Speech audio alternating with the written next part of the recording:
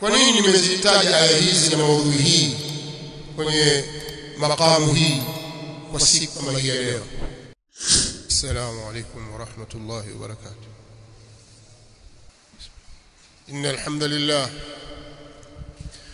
nahmaduhu wa nasta'inuhu wa nastaghfiruh wa na'udhu billahi min shururi anfusina wa min sayyiati a'malina.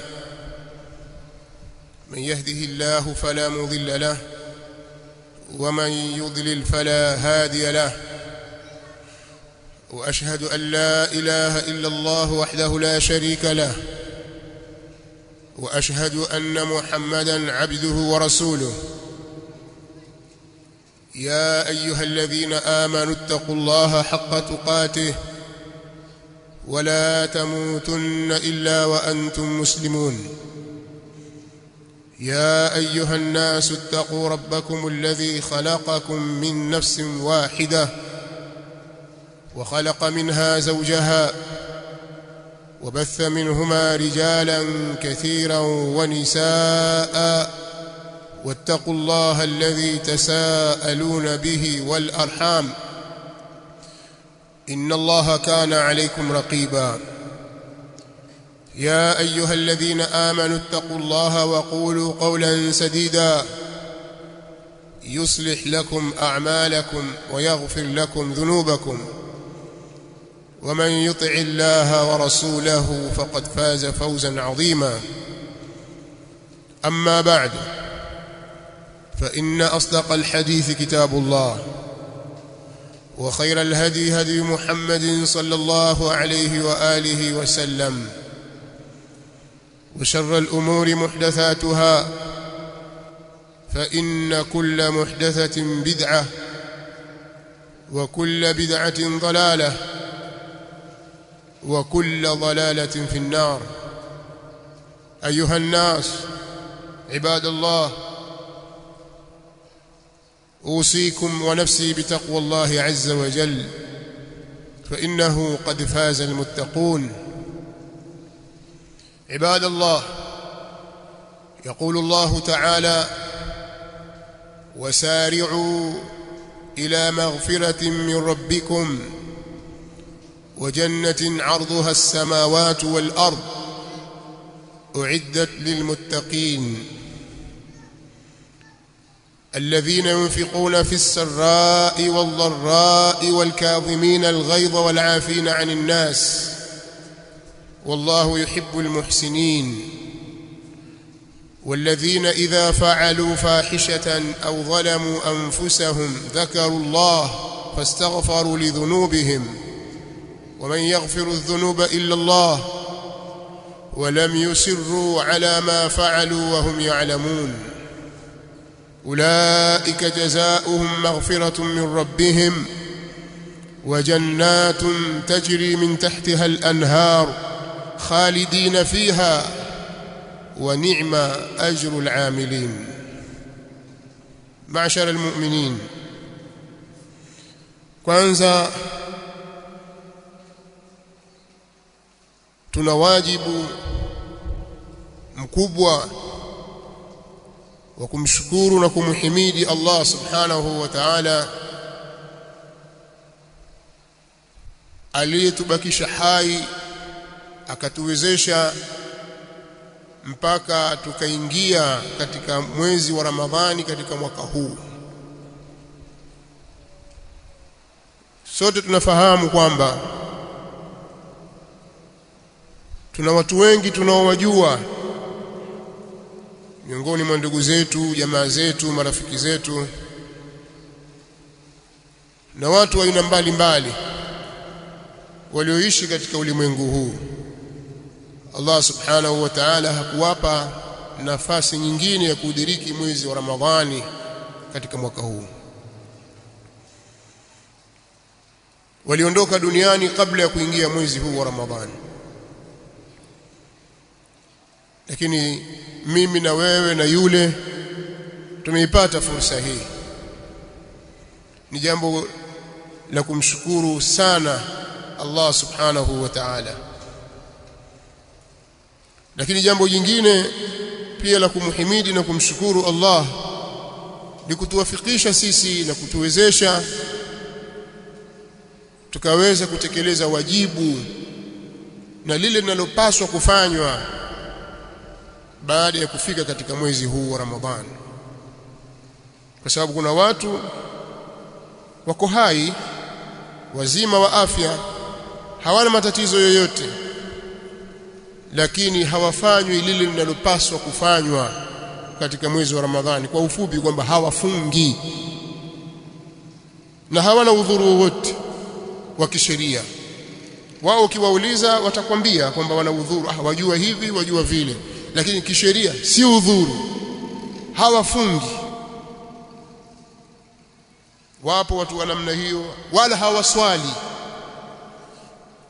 Sasa jambo la kuwa wewe umewafikishwa na Allah subhanahu wa ta'ala kuudiriki mwezi huu, kisha ukafanya la wajibu juu yako, nalo la kufunga na kuswali na kumwabudu Allah subhanahu wa ta'ala, yapasa umshukuru sana Allah subhanahu wa ta'ala. Sio jambo dogo, lakini kubwa zaidi pia. Pamoja na huko kufunga na kuswali na kufanya ibada mbalimbali tunazotakiwa tuzifanye ndani ya mwezi huu na nje ya mwezi huu, basi kikubwa zaidi ni kumuomba Allah subhanahu wa ta'ala atufikishe kwenye malengo yaliyowekwa kwetu sisi katika hii saumu na katika mwezi huu wa Ramadhani. Tumewekewa mwezi huu, tukawekewa saumu, lengo tufike katika daraja ya taqwa. Ya ayyuhalladhina amanu kutiba alaykumus siyam kama kutiba ala alladhina min qablikum la'allakum tattaqun. Enyi mlioamini, kumefaradhishwa juu yenu kufunga kama ilivyofaradhishwa hiyo funga kwa waliokuwa kabla yenu. Malengo na madhumuni ya kuwekewa ibada hii ili muwe wacha Mungu, mfike katika taqwa, mfikie kwenye daraja ya kumuogopa Allah subhanahu wa ta'ala. Na hiyo ndio daraja pekee ambayo itamuingiza mtu katika aljanna. Ndio pale Allah subhanahu wa ta'ala katika Ala Imran, katika zile aya nilizotanguliza kuzisoma, akatuhimiza juu ya jambo hilo. Anasema wasari'u ila maghfiratin min rabbikum wa jannatin 'arduha as-samawati wal ard u'iddat lilmuttaqin. Fanyeni haraka, badiru, fanyeni haraka, shindaneni kwenda haraka kwenye kutafuta msamaha utokao kwa Mola wenu. Fanyeni haraka, shindaneni kwenye kuitafuta janna, pepo ambayo mapana yake ni kama mapana ya mbingu na ardhi. Pepo hii imeandaliwa wenye kumcha Allah, almuttaqin. Saumu imewekwa ili sisi tuwe wacha Mungu, tuwe muttaqun. Na huku twahimizwa, twaambiwa kwamba tuutafute msamaha wa Allah, tuitafuta pepo ambayo imeandaliwa wenye kumcha Allah. Uiddat lilmuttaqin. Sasa ili watu wasitaabike, wasilete mawazo yao na maoni yao na rai zao, wakatumia akili zao, Allah subhanahu wa ta'ala akawapigia mstari, akawaelezea hao muttaqun sifa zao ni zipi. Zisikilize. Alladhina yunfiquna fis sarra'i wadh-dharra'i wal-kadhimina al-ghayza wal-'afina 'anil nas wallahu yuhibbul muhsinin. Sifa za wenye kumcha Allah, za wacha Mungu, ni wale wanaotoa mali wakawasaidia watu, wanaotoa mali kwa ajili ya dini ya Allah katika wakati wa furaha, wakati wa nacho, fi sarra, wakati wa masarra, wal farahi was surur, wakati wa ghina, mtu anacho wakati huo akatoa. Sasa hawa wacha Mungu wakiwa nacho wanatoa. Wadharra, na wakati wa madhara, wakati wa ukame, alqahti waljahd, wakati wa shida, wakati wa matatizo, wakati hana, aminyana hivyo hivyo atoa. Usiwe wale ambao wakipata ndio watoa, ikiwa hana hatoi. Jua mambo magumu sasa hivi siwezi, labda huna kabisa. Na kama huna kabisa, zungumza maneno mazuri, amrisha mema au kataza maovu, kwa sababu alkalimatu at-tayyibatu sadaqa. Lakini usiache kutoa kwa sababu una hali ngumu, kwa sababu wacha Mungu ni wale wanaotoa katika hali zote hizo, fisarrai wadharra, wakati wanacho na wakati hawana, wanawapa wenzao, wanawasaidia wenye kuhitaji. Kisha anasema Allah, walkadhimin alghayz, katika sifa za wacha Mungu ni wale wenye kuzuia hasira, ni wale wenye kuzuia hasira. Mtu amekuudhi kikweli kweli na uwezo wa kufanya utakalo kwake unao, kwamba huyu nitamkamata nimfinyange, waweza, kutokana na nguvu na nafasi ulionayo. Na yeye amekuudhi imma kwa makusudi au kwa bahati mbaya, kosa kubwa au dogo, ukalimeza lile. Alkadhim maana yake ni kumeza. Walkadhimina alghayz, na wenye kuzuia hasira, kwa sababu madhara ya hasira ni makubwa sana. Watu huziua nafsi zao kwa sababu ya hasira, watu huwaua wenzao kwa sababu ya hasira, watu wanawapiga na kuwajeruhi wenzao kwa sababu ya hasira, watu wanakufuru kwa sababu ya hasira, watu wanafanya mambo mengi mabaya kwa sababu ya hasira. Hasira ni kitu kibaya. Sasa hawa wacha Mungu wanapoudhiwa, hawa ni wasamehevu, walkadhimina alghayz walafina 'anil nas, na ni wenye kuwasamehe watu. Haweki kisasi katika moyo, haugulii maumivu ya kuudhiwa na kusononeka katika moyo kwa sababu ya jambo fulani alifanywa na mtu. Yeye husamehe, akishasamehe maisha. Na hilo litakupa inshirahu sadri, kifua chako kitakuwa kikunjufu, utaishi kwa raha, hutakuwa na misongo ya mawazo wala nini, utakuwa uko sawa kabisa, kwa sababu huweki vifundo fundo katika moyo wako. Na hiyo ndio sifa yenye kumcha Allah subhanahu wa ta'ala, walafina 'anil nas, na wenye kuwasamehe watu. Hizi ni sifa Allah subhanahu wa ta'ala amezitaja katika Qur'ani kwenye sura Al-Imran, kwamba pepo yangu mimi nimewaandalia watu wenye sifa hizi. Kisha Allah subhanahu akaendelea akasema, walladhina idha fa'alu fahishatan aw dhalamu anfusahum dhakaru Allah fastaghfaru lidhunubihim waman yaghfiru adh-dhunuba illa Allah walam yusirru ala ma fa'alu wa hum ya'lamun. Na wale ambao pindi wanapofanya fahisha, mambo machafu, au wanapozidhulumu nafsi zao, huwa wanamkumbuka Allah, kisha wakamuomba msamaha Allah, kwa sababu hakuna yoyote anayeweza kusamehe isipokuwa Allah. Hakuna anayeweza kusamehe dhambi zako isipokuwa Allah subhanahu wa ta'ala. Lakini wakawa watu hawa hawaendelei juu ya ule uchafu waliofanya, ili hali wanajua. Allah subhanahu wa ta'ala anatueleza wacha Mungu, wanadamu wenye kumcha Allah subhanahu wa ta'ala ni wale wanapofanya mambo machafu. Alfahisha ni kabairu dhunub. Fahisha ni madhambi makubwa ya kumchukiza Allah subhanahu wa ta'ala.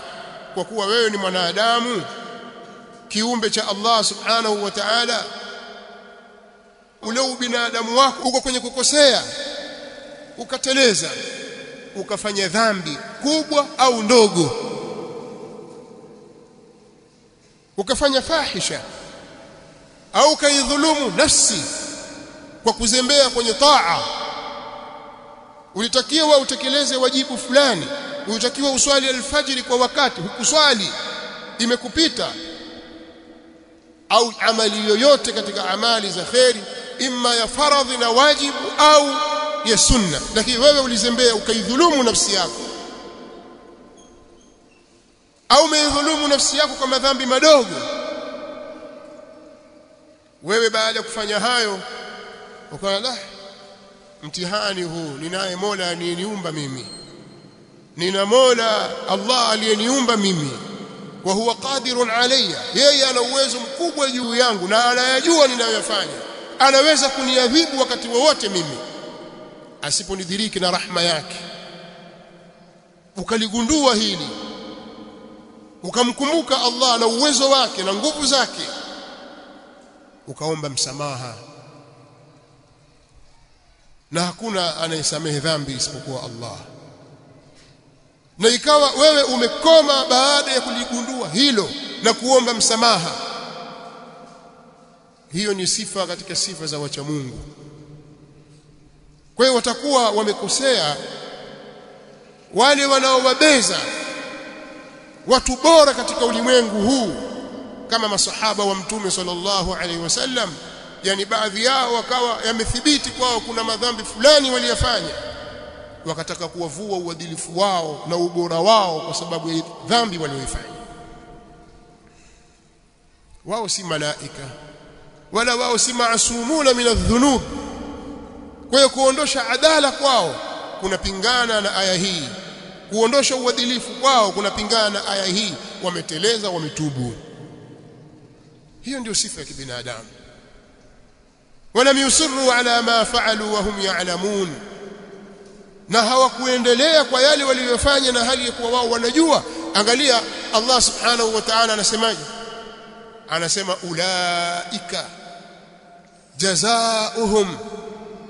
ulaika jazaohum maghfiratun min rabbihim wa jannatun tajri min tahtiha al-anhar khalidina fiha. Hao pamoja na hayo yote waliyofanya, hao malipo yao ni kupata msamaha kutoka kwa Mola wao na pepo ambazo zinapita chini yake, chini ya makasiri yao na vitanda vyao na majalisi zao, inapita mito chini yake. Wataishi humo milele. Wa ni'ma ajrul amilin, na bora ya ujira wa wenye kutenda amali ni ujira huo, kupata maghfira na kupata aljanna. Wa ni'ma ajrul amilin. aqulu ma tasma'un wa astaghfirullah li wa lakum wa lisa'il muslimin wal muslimat. alhamdulillahi rabbil alamin wal 'aqibatu lil muttaqin wala 'udwana illa 'ala adh-dhalimin. والصلاة والسلام على أشرف الأنبياء والمرسلين نبينا محمد وعلى آله وصحابته أجمعين والتابعين لهم بإحسان إلى يوم الدين وسلم تسليما كثيرا. أما بعد، معشر المسلمين، kwa nini nimezitaja aya hizi na maudhui hii kwenye makamu hii kwa siku kama hii ya leo? Nimeleta aya hizi kwa wakati huu kwa kuwa ni wakati muhimu sana katika maisha yetu, kipindi muhimu sana katika maisha yetu, na pia kwa sababu watu wengi wanapofanya vurugu zao kubwa kubwa, wakafanya madhambi mengi, wakavuka mipaka, huwa wanakata tamaa na pia wanakatishwa tamaa. Huko mitaani, huko barabarani, wanakatishwa tamaa kwamba bwana wewe miji dhambi yote ile uliyofanya, mpaka watu wakakuita hivi, ukapewa jina kadhaa kwa sababu ya dhambi hizo, eti leo basi ndio haiwezekani bwana. Mtu ana kweli bwana, mimi nimefanya mengi bwana, ndio Allah alivyoniandikia, basi acha nife nayo tu. Mtu anakata tamaa kwa sababu ya dhambi alizozifanya, eti dhambi kubwa. hakuna dhambi kubwa kama ashirku billah, kumshirikisha Allah subhanahu wa ta'ala. Lakini watu walishirikisha na wakatubu na Allah akawasamehe. Bali ukizisoma ayat katika suratul Furqan, Allah subhanahu wa ta'ala alipokuwa akiwataja waja wake wema ibadur rahman, akasema katika aliowataja, walladhina la yad'una ma'a Allahi ilahan akhar wala yaqtuluna an-nafsa allati harrama Allahu illa bilhaqq wala yaznun ومن يفعل ذلك يلقى أثاما يضاعف له العذاب يوم القيامة ويخلد فيه مهانا إلا من تاب وآمن وعمل عملا صالحا فأولئك يبدل الله سيئاتهم حسنات وكان الله غفورا رحيما ومن تاب وعمل صالحا فإنه يتوب إلى الله متابا. Allah subhanahu wa ta'ala katika aya hizi awataja washirikina, ashirku billah, inna ash-shirka la dhulmun adhim. Shirki ni dhambi kubwa kabisa aliyoasiwa Allah subhanahu wa ta'ala. Lau kama mtu atakufa nayo asitubie mpaka anakwenda mbele ya Allah bado ni mushrik, huyu hatasamehewa, huyu ataadhibiwa milele abadan abidin. Lakini wale ambao wanamwabudu na kuomba mwingine asiyekuwa Allah, wamemshirikisha Allah, na yule ambaye ameua nafsi, dhambi nyingine mbaya kabisa, ameua nafsi ambayo Allah subhanahu wa ta'ala ameharamisha isiuawe, kwamba haifai kumuua huyu. Wewe ukachukua kisu ukamdunga kisu ukamuua, ukamkata mapanga, ulimpiga risasi, au umefanya jambo lolote, umemtilia sumu ukamuua mwenzako, ni dhambi mbaya kabisa. Kuvunjwa kwa alkaba ni jambo rahisi, jambo jepesi kuliko damu ya mtu mu'min, ni jambo baya. Angalia na wale ambao wameua nafsi, na yule ambaye ameua nafsi ambayo Allah ameharamisha. Sasa kama ilitokea wewe umeua watu 10, 15, ulikuwa jambazi, ulikuwa mtu mwovu, ukaua mtu, asije kukwambia bwana maadamu uliua wewe usamehewe. Msikilize Allah anavyoeleza kwenye Qur'an, wala yaznuna, wala hawazini. Umetia mimba hapa, ukatia mimba pale, ukatia mimba pale, watoto 50, vimada na nini uko nao, maisha yako yako namna hiyo, maisha kwenda na kurudi. Wala yaznuna ومن يفعل ذلك، sikiliza maneno ya Allah, atakayefanya hayo yalqa athama, atapata madhambi, yudhaaf lahu al'adhabu yawm al-qiyamah, adhabu yake itafanywa maradufu siku ya kiyama, wa yakhludu fihi muhana, na ataishi katika adhabu hiyo hali ya kudhalilishwa. Illa man tab, isipokuwa yule aliyetubu. Na maana fursa ipo hapo, ila yule aliyetubu wa amila amalan saliha, baada ya kutubu akatenda amali njema, fa ulaika yubaddilu Allahu sayiatihim hasanat, hao ndio wale ambao Allah atawabadilishia yale madhambi yao, makosa yao yawe mema. Maovu yote uliyofanya, lakini maadamu uliamua sasa kurudi kwa Allah, mimi basi, wajuta kwa nini ulifanya, wasikitika na umeazimia kwamba sirudii tena, na ukaomba msamaha, Allah subhanahu wa ta'ala anakubali toba na anayabadilisha yale maovu uliyofanya, atayabadilisha yawe mema. Wa kana Allahu ghafuran rahima, na Allah daima ni mwingi wa msamaha, mwenye kurehemu. Uone ile rahma ya Allah subhanahu wa ta'ala kwa sababu ya tauba. Sasa anakuambia wale wanaokata tamaa au wanaowakatisha tamaa watu na kuwazodoa kwa sababu ya madhambi walioyafanya, hawana nafasi hiyo. Qul ya ibadi alladhina asrafu ala anfusihim la taqnatu min rahmatillah inna Allaha yaghfiru dhunuba jami'a. Allah subhanahu wa ta'ala anatuambia sisi, waambie waja wangu, anaambiwa Mtume sallallahu alaihi wasallam, waambie waja wangu ambao walivuka mipaka, asrafu ala anfusihim, walivuka mipaka kwenye nafsi zao, la taqnatu min rahmatillah, msikate tamaa na rehema ya Allah. Kwa sababu gani? Inna Allah yaghfiru dhunuba jami'an. Sasa kwa sababu hii ya kuwa watu wakatishana tamaa, na mtu pia hukata tamaa katika nafsi yake akifikiria niliyofanya kuna hili, itawezekana vipi bwana? Ukionekana waswali wafunga, fulani leo pia swali, alhamdulillah, ni mwanadamu na kaumbwa kwa ajili ya hili. Yale aliyofanya ni ule ubinadamu, usimkatishe tamaa. Na wewe usikate tamaa na maneno ya watu wakashindwa kufanya kheri kwa sababu watu watakuzodoa, watakutahariza. Sasa tuko katika mwezi huu, mwezi wa Ramadhani, fursa imetupatikania hii. Allah subhanahu wa ta'ala huifungua milango ya tauba, milango ya maghfira, milango ya kheri. Wale waliofanya vibaya katika kipindi kilichopita huko nyuma, fursa hii wanayo. Hii ni fursa, tuitumieni vizuri, ni fursa ya umri. Leo tuko siku ya 7 katika mwezi wa Ramadhani, 10 hili la mwanzo laisha. Ramadhani ikiisha, Ramadhani hii kuidiriki na ijayo ni majaliwa. Hakuna aliye na hakika kwamba ataipata Ramadhani nyingine ijayo, kama vile wenzetu waliotangulia hawakuwa na uhakika na hawakuidiriki. Fanya kabisa kwa wakati tuliokuwa nao na makamu tuliokuwa nayo. Nimeona niyazungumze maneno haya na nilizilete aya hizi.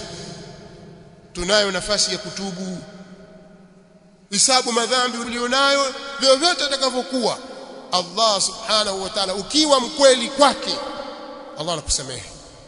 Allah anakusamehe, na siku ya kiyama atakusitiri. Utaonyeshwa madhambi yako, wewe ulifanya hili, unaona lile lilikuwa nakupeleka pale, wewe na yeye. Allah subhanahu wa ta'ala atakuonyesha madhambi yako yote. Hili lilikuwa la kuangamiza, hili lilikuwa la kuangamiza, la kupeleka pale, la kupeleka pale, wewe ulikuwa waangamia lau kama si hili. At-tauba, toba kwa Allah subhanahu wa ta'ala, ukatubu kiukweli kabisa, Allah anasamehe madhambi. Lakini miongoni mwa maana ya kutubu kiukweli, kama kuna haki za watu umezinyang'anya, umezipora kwao, baada ya haya kumalizana na Allah subhanahu wa ta'ala kwa kujuta, kwa kuazimia kuwa hurudi na ukaomba msamaha, kama una haki za watu zirudishe kwa wenyewe. Uliiba, ulinyang'anya, ulitapeli, basi mrudishie mwenye haki yake kama wamjua. Lakini umeiba sana mpaka ule uibia pia huwajui wala hujui imeiba nini na nini, tahallali na wao, waombee maghfira, kile unachokiweza kukitoa katika sadaka kitoe. Au wewe ulimuibia kashakufa siku nyingi, lakini wawajua warithi wake wapo, warudishie wenye haki yao. Hata kama usipowaambia kwamba hiki ni ile nilimuibia baba yenu, nilimpiga kabali siku moja, au nilimnyang'anya, au nilimtapeli, au aliangusha kitu chake mimi nikakichukua, sikumwambia nikala, warudishie wenyewe haki yao na muombe msamaha Allah subhanahu wa ta'ala, kwa sababu yote hayo yamehifadhiwa na utakwenda kuyakuta mbele ya Allah subhanahu. Haki za watu, yale baina yako wewe na Allah, mlilie yeye subhanahu, yeye ni ghafurur rahim, ila kuwa mkweli tu. Na wala shetani asikudanganye kwamba umefanya makosa, ukateleza, ukafanya makosa, ukaomba msamaha, baada ya mwezi au baada ya wiki ukajisahau, ukarudia tena, sema sasa mimi niliomba msamaha, sasa narudia tena. Nikiomba msamaha tena utakuwa mnafiki. Sasa shetani anakuchezea, omba tena msamaha. Faman taba taba Allahu alayhi, yoyote atakayetubu Allah humkubalia toba, akirudia atubu tena. Hayo ni mafunzo ya Mtume sallallahu alaihi wa alihi wasallam. Kila mara kuwa mkweli, tubu, kisha tubu kwa Allah subhanahu wa ta'ala. Imekwenda ubinadamu kwa kupitikia ukafanya dhambi nyingine au ile, tubu kwa Allah subhanahu wa ta'ala hata mara 100. Fa inna Allah la yamallu hatta tamallu, Allah hachoki, mtachoka nyinyi ndio mtakaochoka. Ukisema sasa huu ni unafiki, basi ushaangamia, dhambi wenda nayo hiyo. Tubu kwa Allah subhanahu wa ta'ala. Kwa hiyo ndugu zangu katika imani, fursa hii tuitumieni vizuri, tumuombe msamaha Allah subhanahu wa ta'ala, na baada ya kuomba msamaha tutengeneze amali zetu kwa kufanya mema mengi. baada ya yale madhambi tuliyofanya na israfu tuliyoifanya na vurugu tuliyoifanya, tutengenezeni amali yetu kwa kukithirisha amali njema. Usibweteke tena sasa. Umri umekwenda, kama ushafika miaka 40, miaka 50, wakimbilia 60, miaka 70, wakimbilia 80. Hiyo ni fursa, itumie vizuri. Mauti yatakuja wakati wowote, lakini yakukute ukiwa uko safi mbele ya Allah subhanahu wa ta'ala. Wanadamu hulaumu, wakabeza, hawasamehi, wangangania. Mtu kafanya kosa huko kipindi cha utoto wake mathalan, wanadamu watakumbuka, si yule aliba samaki siku ile, miaka 40 imepita, watu wakumbuka tu. Allah subhanahu wa ta'ala yeye husamehe akayafuta yote, lakini wanadamu hawasamehi. Usiwasikilize wao, wewe elekea kwa Mola wako subhanahu wa ta'ala. Allahumma inna nas'aluka ridhaka wal janna wa na'udhu bika min sakhatika wan nar. ربنا اغفر لنا ذنوبنا وإسرافنا في أمرنا وثبت أقدامنا وانصرنا على القوم الكافرين.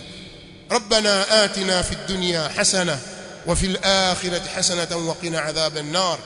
ربنا اغفر لنا ولإخواننا الذين سبقونا بالإيمان ولا تجعل في قلوبنا غلا للذين آمنوا ربنا إنك رؤوف رحيم.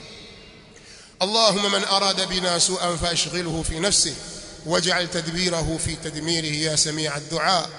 اللهم من أراد بنا وبالمسلمين سوءا فأشغله في نفسه واجعل تدبيره في تدميره يا سميع الدعاء. اللهم انصر المسلمين المستضعفين في كل مكان. اللهم انصرهم على عدوك وعدوهم فإنهم لا يعجزونك يا رب العالمين. اللهم أعز الإسلام والمسلمين وأذل الشرك والمشركين ونكس أعداءك أعداء الدين. ربنا تقبل منا إنك أنت السميع العليم وتب علينا إنك أنت التواب الرحيم. قوموا إلى صلاتكم.